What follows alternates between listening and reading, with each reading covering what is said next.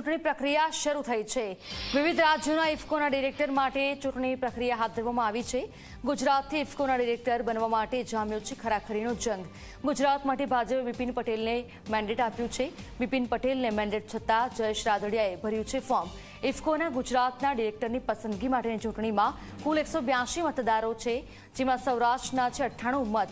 જયેશ રાદડિયા સૌથી વધુ સૌરાષ્ટ્રના મતદારોને દિલ્હી લઈને પહોંચ્યા છે। જયેશ રાદડિયાને સૌથી વધુ મત મળે તેવી શક્યતા છે। તો ગુજરાતના વધુ એક ડિરેક્ટર દિલીપ સંઘાણી છે, જેઓ ઇફકોના ચેરમેન પણ છે। મહત્વનું છે કે ગુજરાતમાંથી પંકજ પટેલે પણ ડિરેક્ટરના પદ માટે અપક્ષ ઉમેદવારી નોંધાવી હતી, જોકે તેમણે બિપિન પટેલને સમર્થન જાહેર કર્યું। દેશની ટોચની સહકારી સંસ્થા ઇફકો માટે આજે મતદાન થયું છે। 182માંથી 180 નું મતદાન થયું છે ને ચૂંટણીની અંદર મને વિશ્વાસ છે કે સારી લીડથી આ ઇફકોના ડિરેક્ટર તરીકે મારો વિજય થશે। હું પણ ભારતીય જનતા પાર્ટીનો કાર્યકર્તા છું, ચાલુ ધારાસભ્ય છું, એટલે સ્વાભાવિક રીતે પાર્ટીના કાર્યકર્તા છીએ અમે। બધા જ જાણે છે કે ઇફકોનું ઇલેક્શન છે અને આ ઇલેક્શનની અંદર આજે તમામ મતદારો 180 મતદારોએ મતદાન કર્યું અને મતદાન પણ ઉત્સાહભેર કર્યું છે।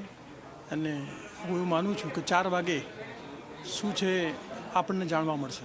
લોકતંત્ર હે और આ લોકતંત્ર છે, એની અંદર પાર્ટીએ તો મને મેન્ડેટ આપ્યું, મેન્ડેટના આધારે હું લડ્યો છું, પણ જયેશભાઈ લડ્યા એ જયેશભાઈ એનો જવાબ આપને આપશે। હું પંકજ પટેલ, રહેવાસી મોડાસા, આપણી ભારતની ટોચની એવી ઇફકો કંપનીની અંદર જ્યારે એનું ઇલેક્શન થયું। ઇફકો જે વિશ્વની સૌથી મોટી ફર્ટિલાઇઝર કંપની છે, જે સહકારી સંસ્થા છે, એના બોર્ડ ઓફ ડાયરેક્ટરનું ઇલેક્શન છે અને ગુજરાતમાંથી જે ઉમેદવારો ઊભા છે એમાંથી અમારે 182 ગુજરાતના મતદારો છે, જે ડેલિગેટ હોય એ જ ડાયરેક્ટર માટે ઇલેક્શન લડી શકે અને એ જ લોકો મતદાર હોય, તો એનું આજે ઇલેક્શન છે। સહકારી પ્રવૃત્તિમાં તો જે સહકારી પ્રવૃત્તિ સાથે જોડાયેલા હોય છે, વર્ષોથી જે લોકો કામ કરતા હોય છે અને મેક્સિમમ ખેડૂતોને, કારણ કે ઇફકો જે સંસ્થા છે એ ખેડૂતો માટેની સંસ્થા છે, તો ખેડૂતોને મેક્સિમમ ફાયદો પહોંચાડી શકે અને જરૂરિયાત હોય ત્યારે સિઝન ટાઈમે એને ખાતર ટાઈમે પહોંચાડી શકે, એ મેઇન મુદ્દો છે।